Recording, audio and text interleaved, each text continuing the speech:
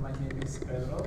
I'm a social worker, and we're here the protagonist of the film Unseen. Hi everyone, my name is Set Hernandez, and I am the director producer of Unseen. Welcome to Vermont, where we're enjoying a day without rain, which has been very uncommon for the summer. For this summer, Yes. So I have so many questions for you both, but I'm going to start with the most basic one, which is how did you two meet? Meet cute, I'm kidding. Yeah. How did we meet, friend? You want to talk about it? Yes, actually, I was part of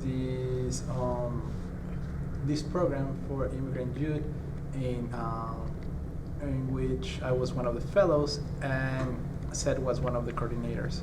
I was in this program. I was working on the issues of access of healthcare for all, and that's how I met Seth. We became good friends, and that's how our relationship started. Our friendship started. And here we are now. I was going to say a friendship starts, and then at some point there's the idea of let's take this Pedro's experience and experience of others and make a film. I mean, that's still it's one thing to have an idea, it's another thing to actually execute. So tell me, at what point did you know, hey, I think there's a movie, there's a documentary here? Maybe should I? Yeah, Okay. please. Well, actually, that's a great question because I think, for me, like Pedro said, I was helping to coordinate this program, and before in doing all of this, I was doing a lot of advocacy work and organizing work within the immigrant community, and having been involved in that space since I was 18, pretty much, I realized how the experiences of immigrants with disabilities have not really been highlighted in the advocacy work that we've been doing. And getting to know Pedro, that kind of became the idea of how do we uplift, your story, the experience that you live in this world with through film. At least that was the beginning, but in the course of making it over the last 7 years, 8 years, yeah, who knows how long, I think the film ultimately shifted from there. And we're talking about the lifespan of a film like this. It also, in the middle of it, almost, I would say, exactly in the middle of it chronologically, a pandemic happens. How did that change? Beside the obvious of quarantine, but how did that change your approach to what you were creating? Maybe I can start a little bit on that because in the course of making 7 years, we started filming in 2016. It's now 2013. We filmed 2016, 2017, and then from 2018, 2019, 2020, maybe most of 2021, like pretty much 4 years, we did not film, actually. Even before the pandemic, we did not film already. Primarily because I myself also, as I disclose in the film, I'm also undocumented. So I can't really apply for grants for filmmaking opportunities. Okay. And in the course of trying to make the film, I'm realizing I'm not eligible for the resources to make a film. So I think in confronting that, part of it was this sense of like, this film's never gonna get made, or also we just don't have money.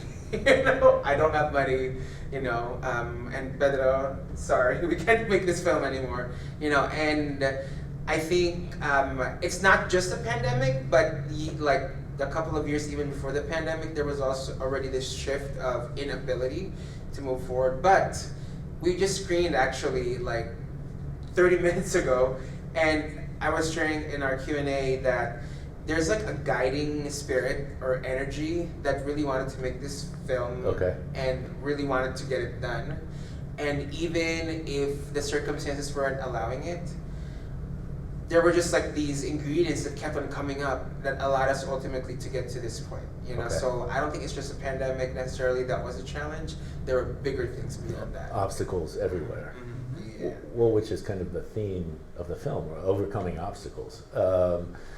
So, Pedro, your experience through this, I'm sure it took a lot of patience, also a lot of trust. What was that journey like for you? Actually, I feel that what allowed me to be part of this feature was the connection that I have with Set, and how Set was willing to be vulnerable with me as well. Because I feel that sometimes we're asking the subjects to be vulnerable, Right. but we're not providing that vulnerability back. We're not reciprocating.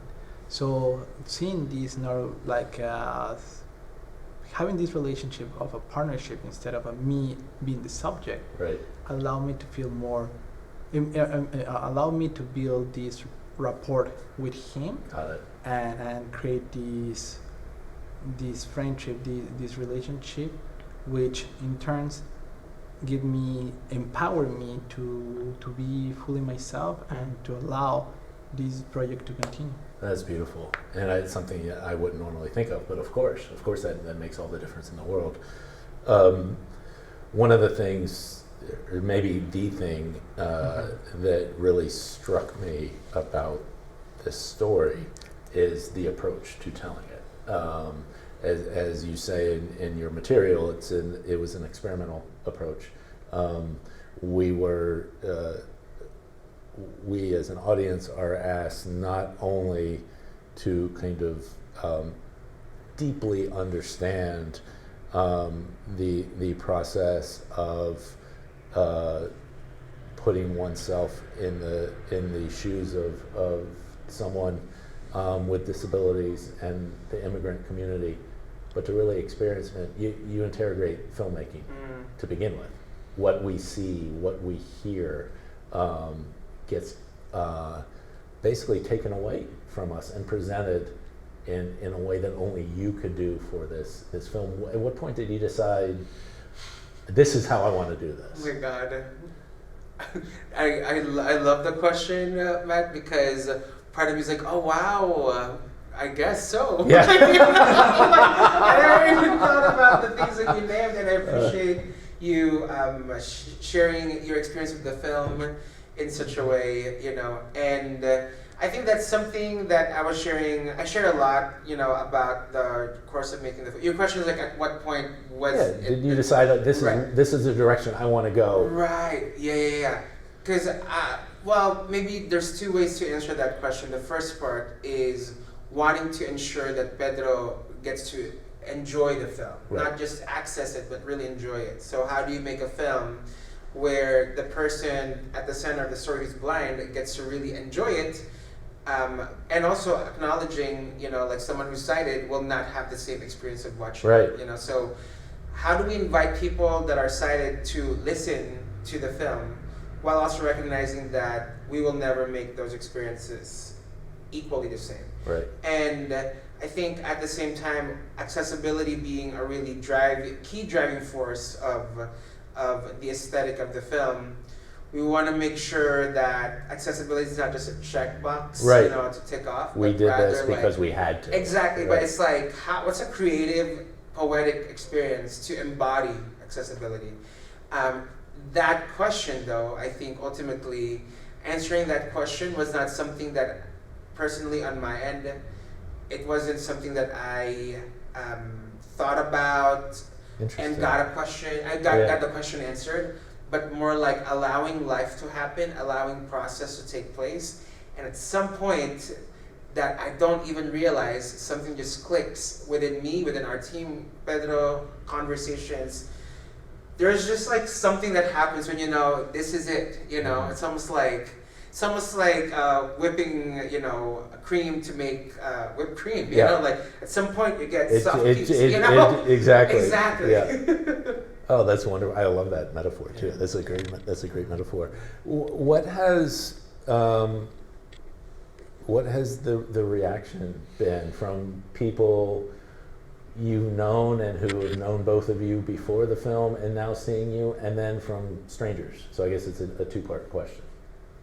It has been really interesting because I feel, and actually it just happened today. Yeah. and we had, and during the Q&A, it became a very emotional Q&A because even the moderator was in tears. She felt connected to the story.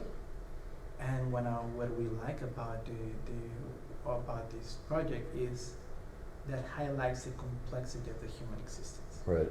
It's not like a one-dimensional story about like the narrative of the poor immigrant or this, Right. but it actually shed light in the different aspects or the different identities of a human being, not only focusing on this particular component.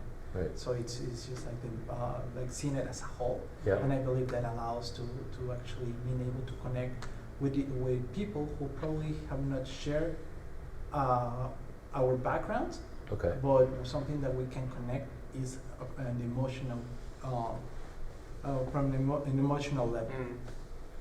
So and from my family, they are like, to them it's just like has been a really interesting exercise seeing the progress of my life in putting being like compressing an hour and 30 minutes. I was going to say, how do you Yeah. take a life and compress it into that time frame? But it's an abstract, if you will, Pretty to be able to much. see it. Yeah.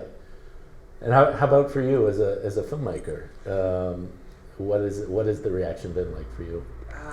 I would say, I think people are just, I think one of the biggest questions that always comes up is the stylistic, approach to the film. Yeah. I think also something that I reflect on, something I mentioned in the film is me being queer. And, as I kind of say in the film, I wasn't always open about that part of my identity. Right. Even my family, saying the word queer in relation to myself isn't something I've done publicly until maybe 3 years ago. I'm a late bloomer. Wow. So I think getting to, just as Pedro is being vulnerable in the film, I think that's what Pedro was sharing earlier too. Yeah. I think I had to be open to allowing myself to do that too, for the soft peaks of Sure. that cream to Yeah. to really happen, And I think also with the way that community receives the film, I think something I want to underscore with what Pedro said is undocumented people with disabilities, particularly blind people, I would argue, are rarely thought of as the primary audiences for films. If there are films about our communities, it's usually for the gaze, for lack of better words, Yeah. of other people, Others. who are not us. And I think the most gratifying experience is when people whose experiences reflect Pedro's and that of the film, when they experience the film and feel affirmed, and even when they're not from that community, still feeling affirmed by the humanities. Well, it gets to the whole meaning of the title, right? They're being seen, maybe for the first time. What's going on? Gasps! Yes, exactly. I love that. Yeah. I love that. Well, it's a story of compassion, a story of enlightenment. It's and what I like most about it, I think, is the complexity. It's not, the complexities involved with people with the disability community, the immigrant community, the seeing impaired, and really understanding, what the challenges are, but also what the human. I mean, you guys both are the human capacity. The capacity is to be human, and that's what comes across well. And I will just say on film, my one regret is I don't get to meet your canine companion. Let's put that on the record. I want that on the record. I understand the travel implications. She's definitely the star of the show. Well, of course, as any service animal would be. Yeah. Something else. Well, thank you so much, Thank you so much for having not me. just for coming in, but for bringing your film to Middlebury and blessing us with your presence. Thank you so much. Yeah. I appreciate it. Thank you. So much for having us.